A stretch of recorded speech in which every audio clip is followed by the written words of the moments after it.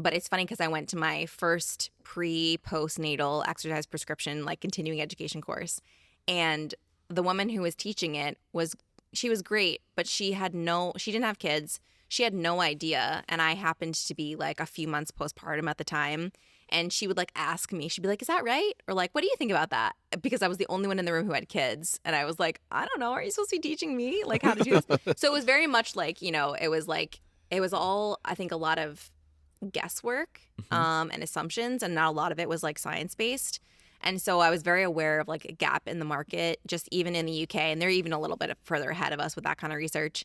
And then when we moved back here, I was working at Fitness Artist in Latham. At when that time they had their Latham location, and I was doing a lot of one-on-one and a lot of it ended up kind of going into a small group, and I worked with a lot of moms, and there just was nothing else. And there were so many women who wanted to continue to be active when they were pregnant and postpartum, and there just wasn't anywhere else that had that option. Like most gyms were like, oh, I don't know, don't lay on your back. It's like, okay, well, that's Right. not helpful information. And so I was just aware that gap was there. And so I worked there for a couple of years. And then in late 2017, I was like, I feel like this could probably be a business in and of itself. And so I considered opening a gym like specific to moms.